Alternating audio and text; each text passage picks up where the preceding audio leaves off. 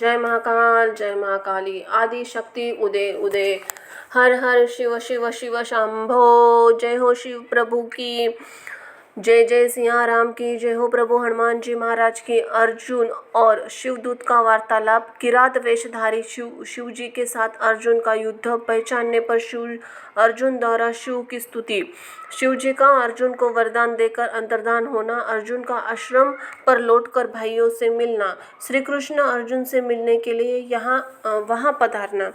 नंदीश्वर कहते हैं जय जय शिव शंभो, ओम नमः शिवाय।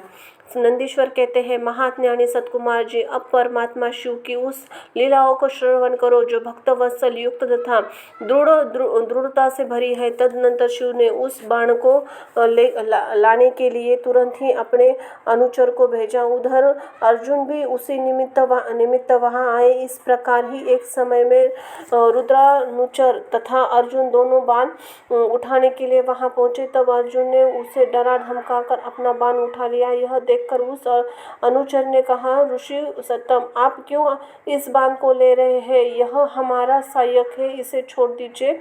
भिल्लराज के उसे अनुचर द्वारा यो कहे जाने पर मुनि श्रेष्ठ अर्जुन ने शंकर जी का स्मरण किया और फिर और इस प्रकार कहा। अर्जुन बोले, वनेचर, तू बड़ा मूर्ख है। तू बिना समझे बुझे क्या बक रहा है? इस बाण को तो मैंने अभी छोड़ा है, फिर यह तेरा कैसे?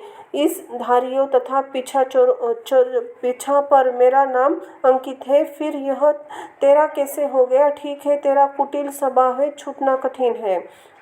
नंदीश्वर कहते हैं मुनि अर्जुन का वह कथन सुनकर भील रूपी गणेश्वर को हंसी आई।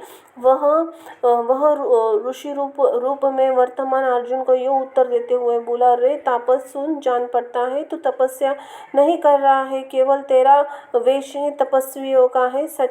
क्योंकि सच्चा तपस्वी छल कपट नहीं करता। भला जो मनुष्य तपस्याओं में निरत होगा वह कैसे मिथ्या भाषण करेगा एवं कैसे छल करेगा?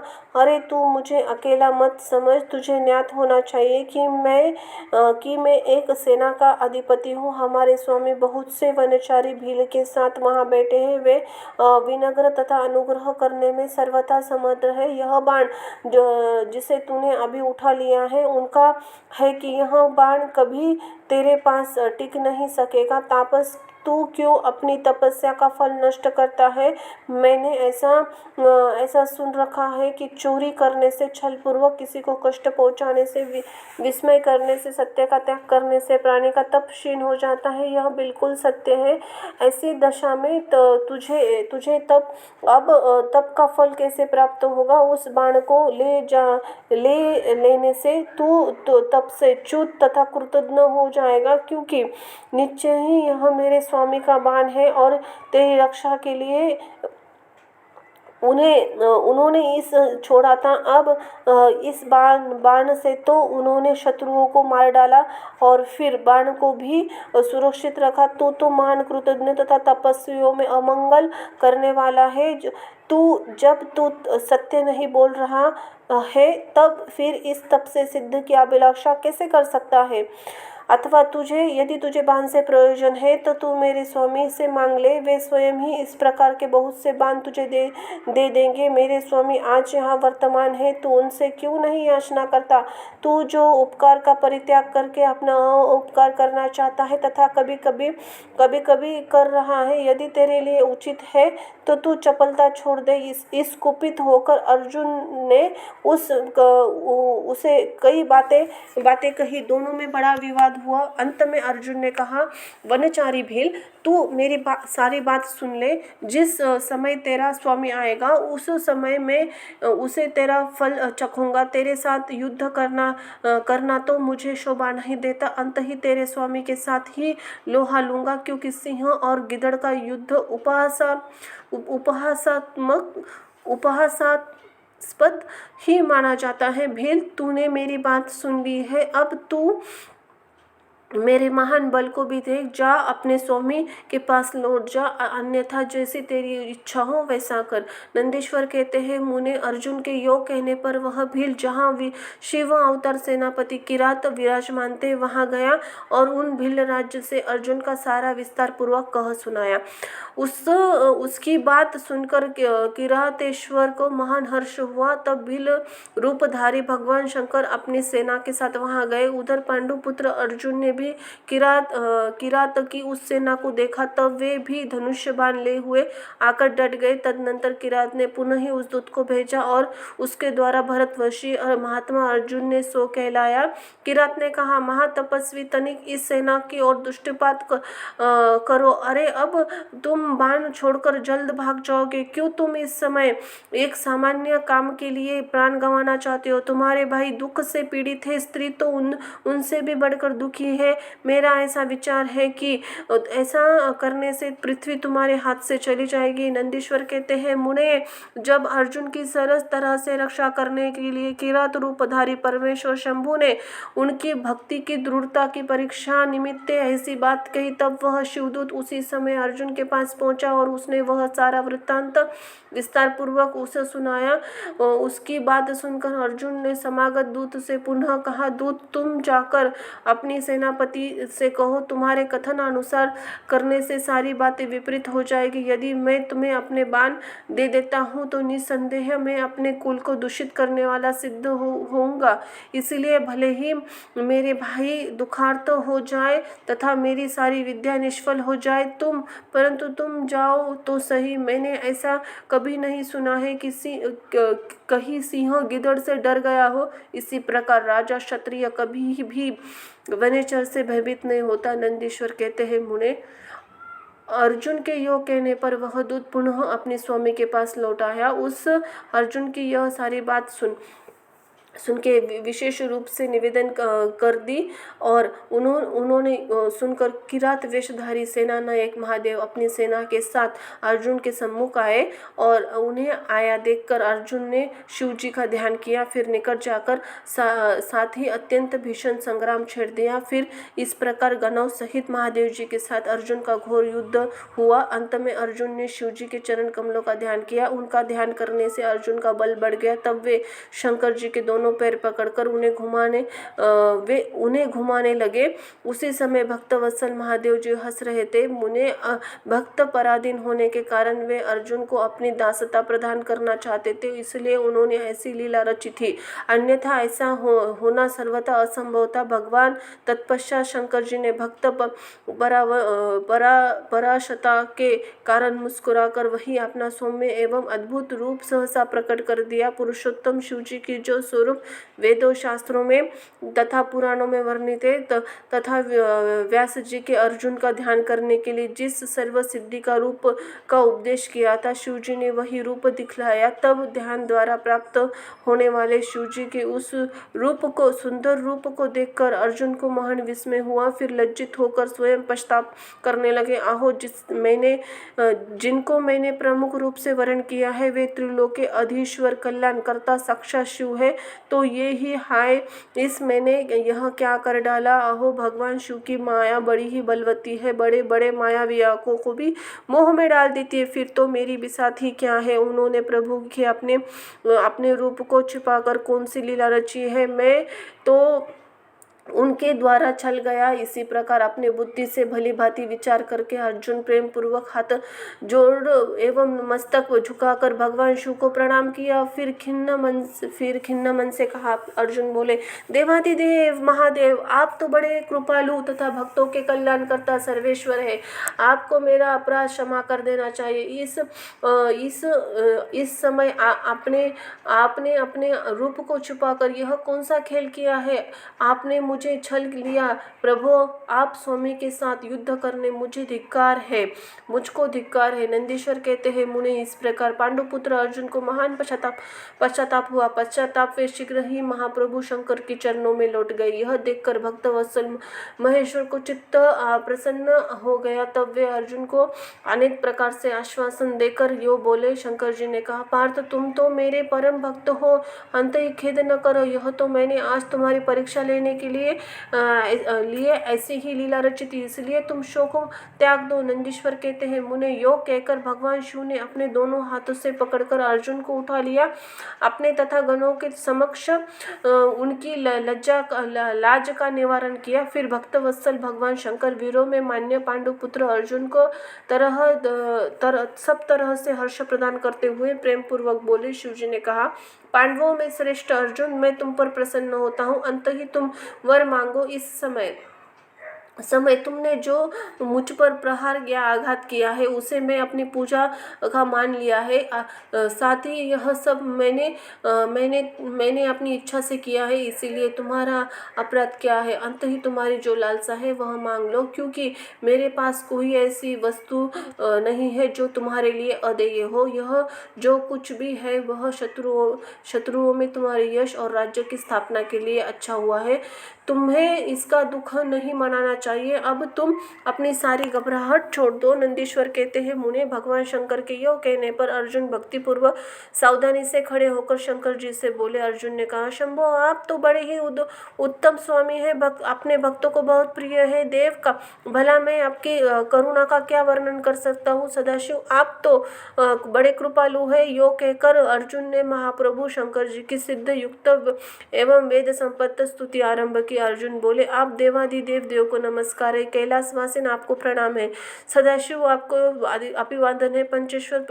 पंचमुख परमेश्वर, मैं आपको सिर झुकाता हूँ। आप जटाधारी हैं, आप तीन नेत्रों से विभूषित हैं, आपको बारंबार नमस्कार है। आप प्रसन्न रूप तथा सहस्त्र मुखों से युक्त, आपको मेरा प्रणाम है। नीलकंठ, आपको मेरा नमस्कार है। मैं संजोत ज्योत को अभिवादन करता हूँ। वामाकमे गिरिजा को धारण करने वाले वृषभ ध्वज, आपको मैं प्रणाम करता हूँ। दस भुजधारी परमात्मा को पुनः पुनः अभिवादन है।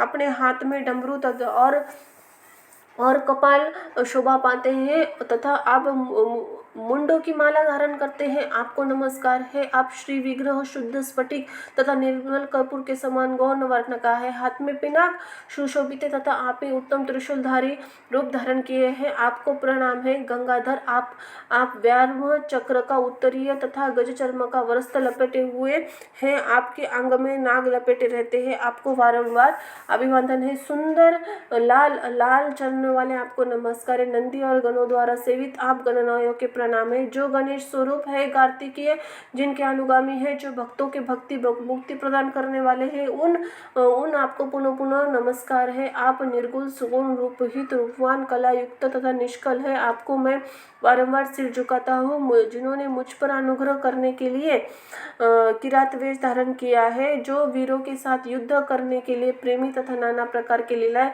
करने, उन महेश्वर को मेरा प्रणाम है। जगत में जो कुछ भी रूप से दृष्टिगोचर है, जो हो रहा है, वह सब आपका ही तेज है। आप चित्र रूप है, अनन्य भेद से त्रिलोक में रमन कर रहे हैं। जैसे धूलोकों की आकाश में उदय हुई है, तारकाओं की तथा बरसते हुए जल की बूंदों की गणना नहीं की जा सकती, उसी प्रकार आपके गुणों की भी संख्या नहीं है। नाथ, आपके गुणों की गणना करने में भी वेद भी समर्थ नहीं है। मैं तो एक मंद बुद्धि व्यक्ति हूँ, फिर मैं उसका वर्णन कैसे कर सकता हूँ। महेशान, आप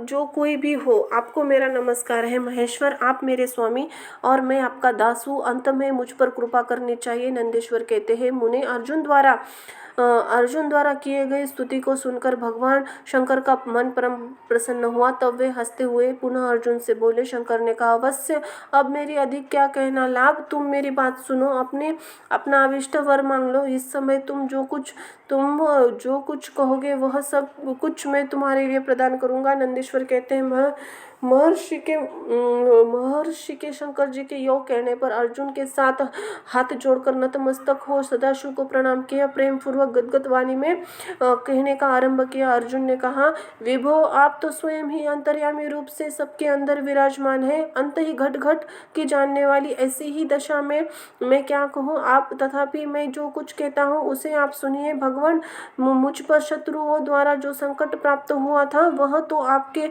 दर्शन से विनिष्ट हो गया। अब जिस प्रकार मुझे लोकों की परासिद्धि प्राप्त हो सके वैसी कृपा कीजिए। नंदीश्वर कहते हैं मुने इतना ही कहकर अर्जुन ने भक्तवत्सल भगवान शंकर को नमस्कार किया। फिर वो हाथ जोड़कर मस्तक झुकाए हुए उनके निकट खड़े हो गए। तब जब स्वामी शिव जी को यह ज्ञात हो गया कि यह पांडु पुत्र अर्जुन मेरा अनन्य भक्त है, तो वे भी परम प्रसन्न हुए। फिर उन महेश्वर ने अपने पशुपात नामक अस्त्रों को, जो सर्वथा समस्त प्राणियों के लिए दुर्जय है, अर्जुन को दे दिया और इस प्रकार कहा। शिव जी बोले, बस मैंने तुम्हें अपना महान अस्त्र दे दिया है। इसे धारण करने से अब तुम समस्त शत्रुओं के लिए अजय हो जाओ, विजय लाभ करो। साथ ही मैं श्री कृष्ण से भी कहूँगा, वे तुम्हारी सहायता करेंगे, क्योंकि श्री कृष्ण मेरे आत्मस्वरूप भक्त और मेरा मार्ग करने वाले हैं। भारत मेरे प्रभाव से तुम निष्कंठ राज्य भोगो। अपने भाई युधिष्ठिर के सर्वथा नाना प्रकार के धर्म कार्य करते रहो। नंदीश्वर कहते हैं मुने यो कहकर शंकर जी ने अर्जुन के मस्तक पर अपना कर कमल रख दिया और अर्जुन द्वारा पूजित हो वे शीघ्र ही अंतर्धान हो गए। इस प्रकार भगवान शंकर जी के वरदान हो गया। अस्त्र पाकर अर्जुन का मन प्रसन्न हो गया। तब वे अपने मुख गुरु शिव का भक्ति पूर्वक स्मरण करते हुए अपने आश्रम को लौट गए। वहां अर्जुन से मिलकर सभी भाइयों ऐसा आनंद प्राप्त हुआ मानो मृतक शरीर में से प्राण का संचार हो गया। उत्तम व्रत का पालन करने वाली द्रौपदी को अत्यंत सुख मिला। जब पांडवों को यह ज्ञात हुआ कि शिवजी परम संतुष्ट हो गए, तब उन्होंने हर्ष का पार नहीं रहा। उन्हें उस संपूर्ण वृत्तांत के सुनने से तृप्ति नहीं होती। उस समय उस आश्रम में महामनस्वी पांडवों का भला करने के लिए चंदन युक्त पुष्पों की वृष्टि होने लगी। तब उन्होंने हर्षपूर्वक सम्मति दाता तथा कल्याणकर्ता शिव को नमस्कार किया और 13 वर्ष की अवधि को समाप्त हुए जानकर यह निश्चय किया कि अवश्य ही हमारी विजय होगी। इसी अवसर पर जब श्री कृष्ण जी को पता चला कि अर्जुन लौटकर आ गए हैं, तब वह समाचार सुनकर उन्हें बड़ा सुख मिला और अर्जुन से मिलने के लिए वहां पधारे तथा कहने लगे कि इसीलिए मैंने कहा था कि शंकर जी की संपूर्ण कष्टों का निवारण करने वाले हैं। मैं उनकी नित्य सेवा करता हूँ, अंत ही आप लोग उनकी सेवा करें। मुने इस प्रकार मैंने शंकर जी के किरात नामक अवतार का वर्णन किया है। जो इसे सुनता है अथवा दूसरों को सुनाता है, उसकी सारी कामनाएं पूर्ण हो जाती है। बोलो हर हर शिव शिव शंभो। जय महाकाल, जय महाकाली।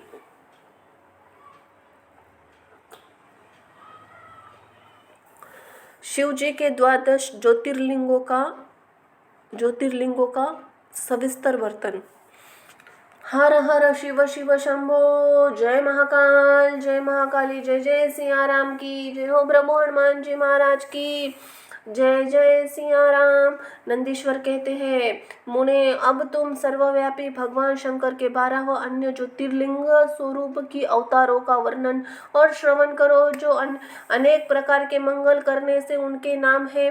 सौराष्ट्र में सोमनाथम, श्री शैल्य पर मल्लिकार्जुन, उज्जैनी में महाकाल, ओमकार में अमरेश्वर, हिमालय में केदार, डाकिनी में भीमाशंकर, काशी में विश्वनाथ, गौतमी के तट पर त्र्यंबकेश्वर, चिंता भूमि में वैद्यनाथ, दारुकवन में नागेश्वर, सेतुबंध में रामेश्वर और शिवालय में घृणेमेश्वर। मुने परमात्मा शंभु के यह 12 अवतार है। ये दर्शन और स्पर्श करने से मनुष्य को सब प्रकार का आनंद प्रदान होता है। मुने उनमें से पहला अवतार सोमनाथ का, यह चंद्रमा के दुख का विनाश करने वाला है। इनका पूजन करने से क्षय और कुष्ठ आदि रोगों का नाश होता है। यह सोमेश्वर नामक शिव जी का सौराष्ट्र पावन प्रदेश में लिंग रूप से स्थिर थे। पूर्व काल में चंद्रमा ने इनकी पूजा की थी। वह संपूर्ण पापों का विनाश करने वाला एक चंद्रकुंड है, जिसमें स्नान करने से बुद्धिमान मनुष्य संपूर्ण लोगों से मुक्त हो जाता है। परमात्मा शिव जी के सोमेश्वर नामक महालिंग का दर्शन करने से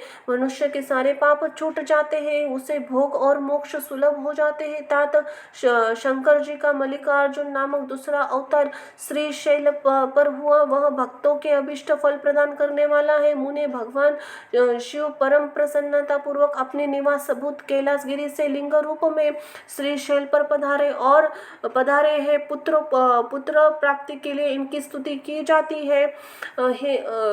पुत्र प्राप्ति के लिए इनकी स्तुति की जाती है। मुने यह दूसरा ज्योतिर्लिंग है। वह दर्शन और पूजन करने से महासुखकारक होता है, अंत में मुक्ति प्रदान करता है, इसमें तनिक भी संशय नहीं है। तात शंकर जी का महाकाल नामक तीसरा अवतार उज्जैनी नगर में हुआ। वह अपने भक्तों की रक्षा करने वाला है। एक बार रत्न माल निवासी दूषण नामक असुर, जो वैदिक धर्म का विनाश, विप्रद्रोही तथा संपूर्ण सब कुछ नष्ट करने वाला था, उज्जैनी में जा पहुंचा। तब वेद नामक ब्राह्मण के पुत्र ने शिवजी का ध्यान किया। फिर शिवजी तुरंत प्रकट होकर हुंकार द्वारा उस असुर को भस्म कर दिया। तत्पश्चात अपने भक्तों का सर्वथा पालन करने वाले शिव देवताओं के प्रार्थना करने पर महाकाल नामक ज्योतिर्लिंग स्वरूप वही प्रतिष्ठित हो गए। इस महाकाल नामक लिंग का यज्ञ पूर्वक दर्शन और पूजन करने से मनुष्य की सारी मनोकामनाएं पूर्ण हो जाती है, अंत में उसे परम गति प्राप्त होती है। परम आत्मबल संपन्न परमेश्वर शंभु के भक्तों का अभिष्ट फल प्रदान करने वाला ओंकार नामक चौथा अवतार धारण किया। मुने विंध्यगिरी ने भक्ति पूर्वक विधि विधान से शिवलिंग का पार्थिव लिंग स्थापित किया। उसी लिंग से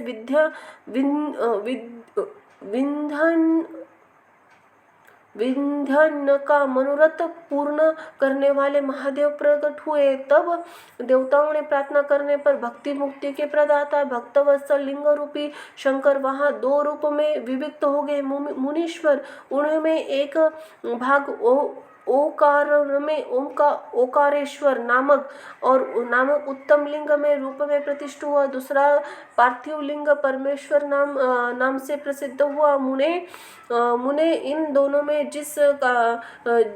में जिसका भी दर्शन पूजन किया जाए उससे भक्तों की अभिलाषा पूर्ण करने वाली समझना चाहिए। महामुने, इस प्रकार मैंने तुम्हें इन दोनों महादिव्य ज्योतिर्लिंग का वर्णन सुना दिया। परमात्मा शिव के पांचवें अवतारों का नाम केदारेश्वर है। वह केदार में ज्योतिर्लिंग रूप से स्थित है।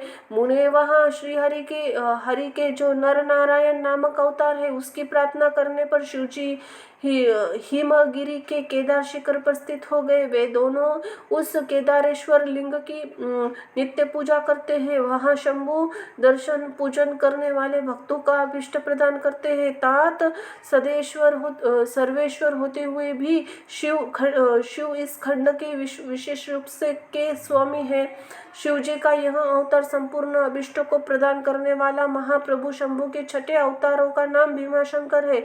इस अवतारों में उन्होंने बड़ी बड़ी लीलाएं की है। भीमासुर का विनाश किया है। काम देश के अधिपति राजा सुदक्षिण शिव भक्त थे। भीमासुर उनसे पीड़ित कर रहा था। तब शंकर जी ने भक्तों को दुख देने वाले उस अद्भुत असुर का वध करने के लिए रक्षा की। फिर उस राजा सुदक्षिण ने प्रार्थना करने पर शंकर जी डाकिने में भीमाशंकर नामक ज्योतिर्लिंग से स्थित हो गए। मुने, जो समस्त ब्रह्मांड स्वरूप तथा भोग मोक्ष के प्रदाता है, वह विश्वेश्वर नामक सातवां अवतार काशी में हुआ। मुक्ति दाता सिद्ध स्वरूप शिव भगवान शंकर अपनी पूरी काशी में ज्योतिर्लिंग में स्थित है।